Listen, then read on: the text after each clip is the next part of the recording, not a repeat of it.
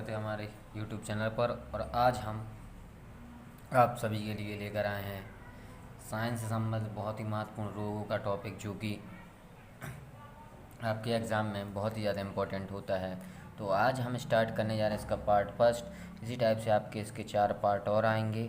ठीक है, ये पार्ट फर्स्ट है आपका। इस पार्ट फर्स्ट में हम आपको बताने वाले हैं कॉन्गिनेंटल डिजीज़, आखिर डिजीज़ क्या होती हैं, जन्मजात रोग क्या होते हैं। रोग के बारे में आपको थोड़ा सा मैं बता दूं।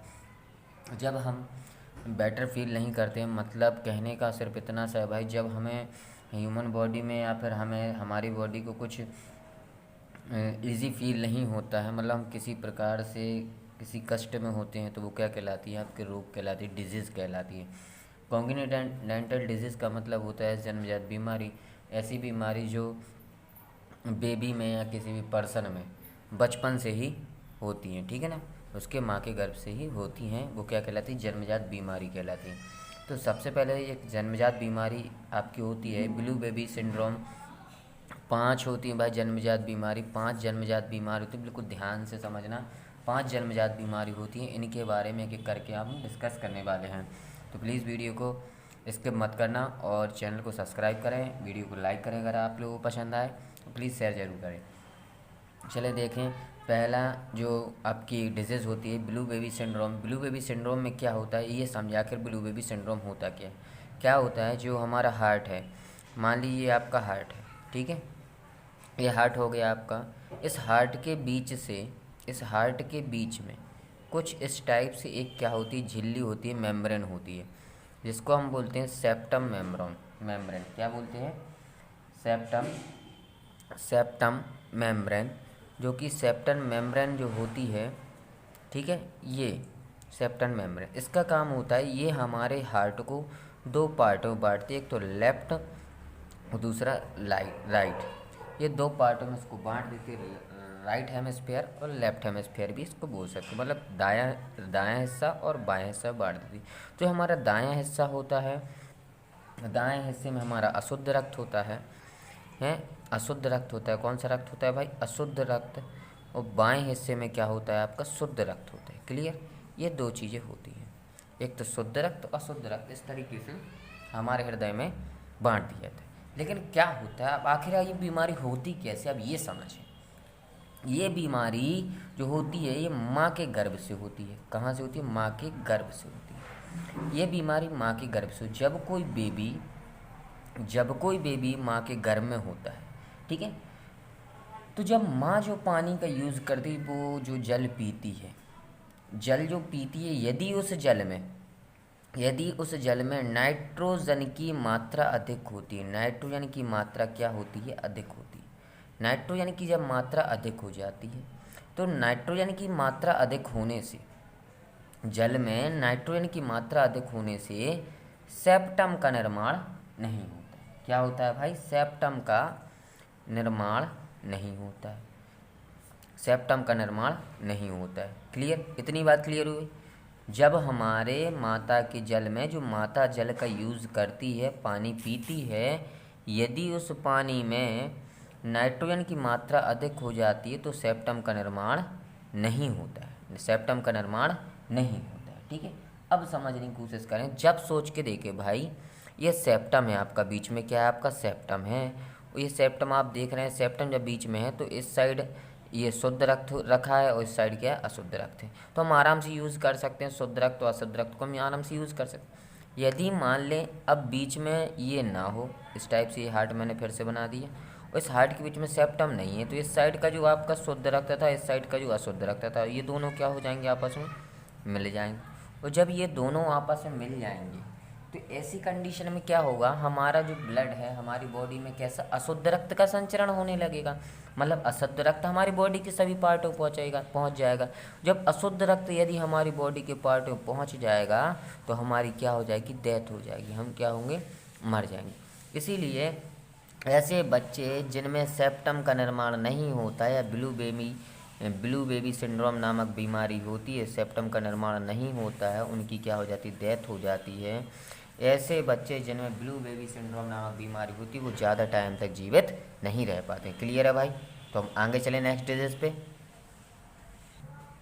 नेक्स्ट जो बीमारी है आपकी लीन-फेल्टर सिंड्रोम है। क्या है भाई? लीन-फेल्टर सिंड्रोम। ये बीमारी जो होती है लीन-फेल्टर सिंड्रोम, ये सिर्फ बीमारी मेल में होती है। किस में होती है भाई? मेल में होती है, पुरुषों में ये बीमारी होती है। आखिर इस बीमारी में होता क्या है, तो इसके बारे में थोड़ा ध्यान से सुनिए। जैसे कि आपको पता है हमारी ह्यूमन बॉडी में 23 पेयर होते हैं। गुणसूत्रों क्या होते हैं? क्रोमोसोम्स होते हैं, 23 पेयर होते हैं, ठीक है। गुणसूत्रों की संख्या, किस सूत्रों की संख्या कितनी होती है भाई? 46 होती है, लेकिन इनके पेयरों की संख्या कितनी होती है? 23।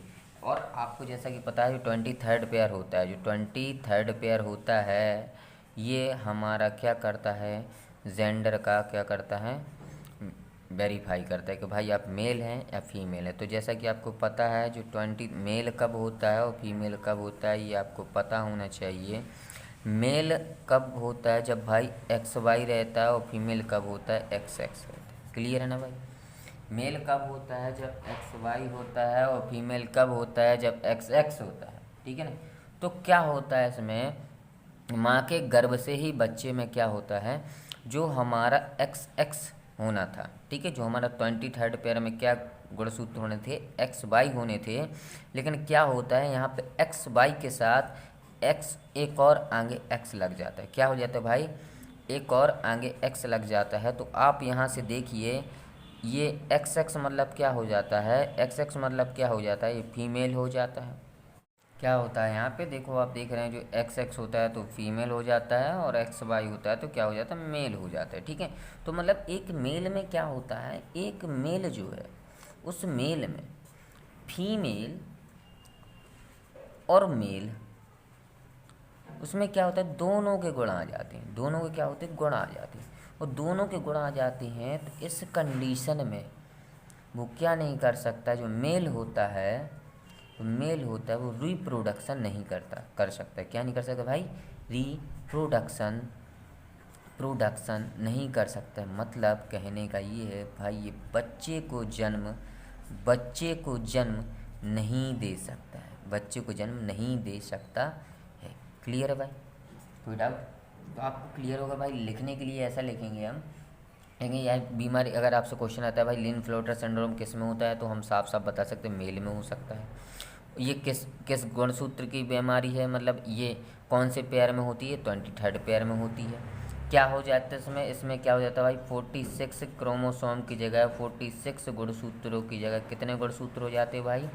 47 हो जाते हैं नहीं, कितने हो जाते? 47 गुणसूत्र हो जाते हैं जी आपके।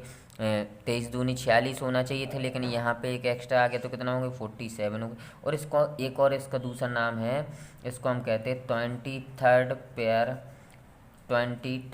पेयर ट्राइसोमी, ठीक है। क्या कहते हैं भाई? 23rd पेयर ट्राइसोमी,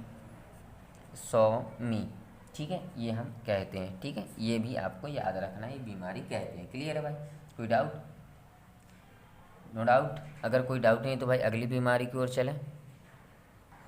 जो आपकी थर्ड बीमारी वो है टर्नर सिंड्रोम, जो कि भी आपने सेकंड बीमारी में पढ़ा। क्या पढ़ा? लिन-फ्लोटर सिंड्रोम। लिन-फ्लोटर सिंड्रोम में भी आपने ये देखा कि ये जो मेल में होने वाली बीमारी, ये मेल क्या होती है? बच्चों को जन्म नहीं की बात। उसी प्रकार से टर्नर सिंड्रोम सेम वैसा ही है, लेकिन बस थोड़ा सा अलग है भाई, कुछ नहीं।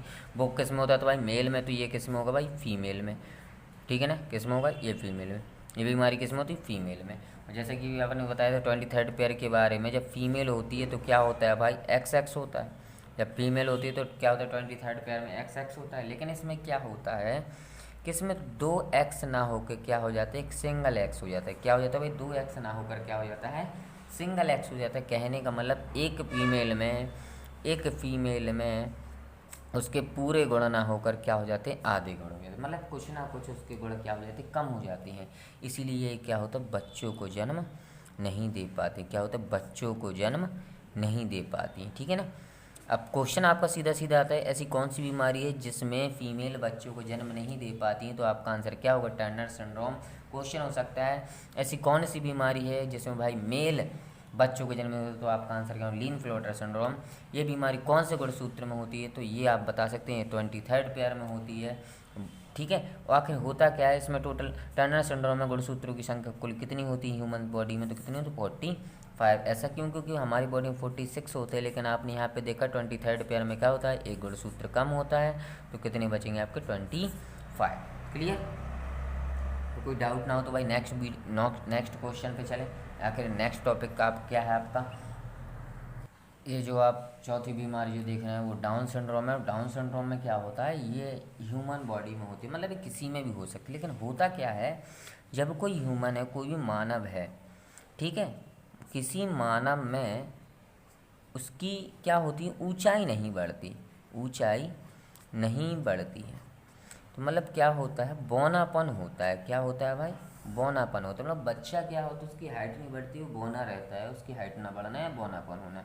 ठीक है, तो आपसे ये भी पूछ सकते हैं जो बौनापन नामक रोग होता है उसको क्या बोलते हैं, तो आप कह सकते हो साइंस में डाउन सिंड्रोम कहते हैं। लेकिन ये होता कब है, क्या होता है भाई, जो हमारा 21वां पेयर है। देखो भाई, जब किसी भी जेनेटिक या जन्मजात बीमारी की बात हो रही है तो उनमें स्वाभाविक सी बात है, हमारे माँ बाप से ही होगी।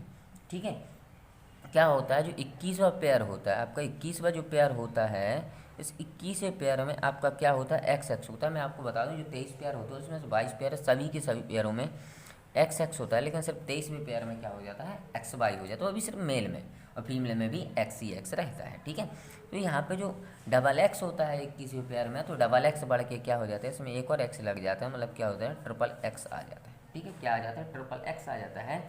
तो ऐसी कंडीशन में जब हमारे 21वें पेयर के गुणसूत्रों में डबल एक्स की जगह पर अगर ट्रिपल एक्स हो जाता है, तब क्या होता है, डाउन सिंड्रोम नामक बीमारी होती है। मतलब बच्चे में किसी प्रकार से हाइट डेवलपमेंट नहीं होता है, वो क्या हो जाता है, बौना रह जाता है। ठीक है, तो इसका क्वेश्चन ऐसा हो सकता है भाई, डाउन सिंड्रोम में हमारे शरीर में कुल कितने गुणसूत्र होते हैं, तो अभी आपने देखा टोटल होते कितने हैं, नॉर्मल कंडीशन भाई 46 होते हैं। यहाँ पे आपने देखा एक गुणसूत्र बढ़ गया तो आपके कितने हो जाएंगे, 47। क्लियर है ना, कितने हो जाएंगे, 47। बिल्कुल भी परेशान होने की जरूरत नहीं भाई, बस आप, और यदि कोई प्रॉब्लम आती है तो आप प्लीज़ मुझे कमेंट करके बता दीजिए क्या हो गया आपका डाउन सिंड्रोम। अभी आपकी लास्ट बीमारी और बची है, वो भी मैं आपको करवा देता हूँ। ये आपकी लास्ट बीमारी है जो कि आपको जन्मजात होती है, माता पिता से होती है, गुणसूत्र से होती है। तो इस बीमारी में देखो क्या होता है, जैसे आपको मैंने हेडिंग लगाई है पटाऊ सिंड्रोम, इसमें होता क्या है इसके बारे में समझिए। जैसे आप लोगों ने देखा होता है कई बार जब बच्चे होते हैं तो कई बच्चे ऐसे होते हैं जिनकी मंद बुद्धि होती है, जिनके कान नहीं होते, कान होते तो कटे होते, होंठ होते, मंद बुद्धि होती है, आंखें प्रभावित होती हैं। मतलब जब ऐसी सारी कई चीज़ें देखने को मिलती हैं, मतलब अजीब और गरीब टाइप की, कि किसी के होंठ कटा हुआ है, कान कटे हैं या कान नहीं है, नाक ठीक नहीं है, आँख कैसी, कुछ ये सारी चीज़ होती है, ऐसी जो बीमारी होती है उसको क्या होता है, पटाऊ सिंड्रोम नामक बीमारी कहते हैं। आखिर ये होती कैसे है, ये भी भाई गुणसूत्रों पे ही डिपेंड करेगी, जैसे मैं आपको बता चुका हूँ। तो क्या होता है, जो हमारा 13वां जो पेयर होता है, जो 13वां पेयर होता है, तो 13वें पेयर में आपका क्या होता है, एक्स एक्स होता है भाई, क्या होता है, एक्स एक्स होता है। लेकिन इसमें भी क्या हो जाता है, एक्स एक्स की जगह पर एक और एक्स क्या आ जाता है, एक्स्ट्रा आ जाता है। क्या होता है भाई, एक और एक्स एक्स्ट्रा आ जाता है। तो 23वें पेयर में से ऐसा होने से मतलब 23वें पेयर में डबल एक्स या जैसे ट्रिपल एक्स हो जाता है। तो ऐसे कंडीशन होने से ह्यूमन बॉडी में, ठीक है ना, लिख लें, मंद बुद्धि, बच्चे क्या होते हैं, मंद बुद्धि, नाक, कान, हाथ आदि, ये सभी क्या होते हैं, कुछ क्रिटिकल दिखते हैं, मतलब कटे फटे हो सकते हैं। ठीक है, आप लिख लेना, कटे फटे हो सकते हैं। ठीक है, कटे फटे हो सकते हैं, या कुछ अजीब संरचना हो सकती हैं जिसे आप देख के थोड़ा अचंभित हो जाते हैं। ठीक है, तो ये होता है। और यहाँ पे आप एक भी चीज़ समझिए, इस बारी बीमारी में भी आपने देखा कितने होते हैं, 46 से कितने हो जाते हैं भाई, 47 गुणसूत्र हो जाते हैं। आपको सिर्फ एक चीज़ याद रखना है, जैसे कि आपने देखा था कि जो तीसरी बीमारी जो फीमेल में होने वाली थी, फीमेल में होने वाली बीमारी कौन सी, टर्नर सिंड्रोम। टर्नर सिंड्रोम में सिर्फ आपने एक चीज़ देखी, 46 की जगह पे कितना हुआ, तो 45। बाकी सारी की सारी बीमारी में आपने क्या देखा, 46 से कितना हुआ भाई, 47। तो ये भी आपको बहुत ज़्यादा इंपॉर्टेंट है। और दोस्तों, आप लोगों से एक भाई रिक्वेस्ट है, आप लोग प्लीज़ वीडियो को लाइक करें, शेयर करें और कमेंट करें। थैंक यू दोस्तों।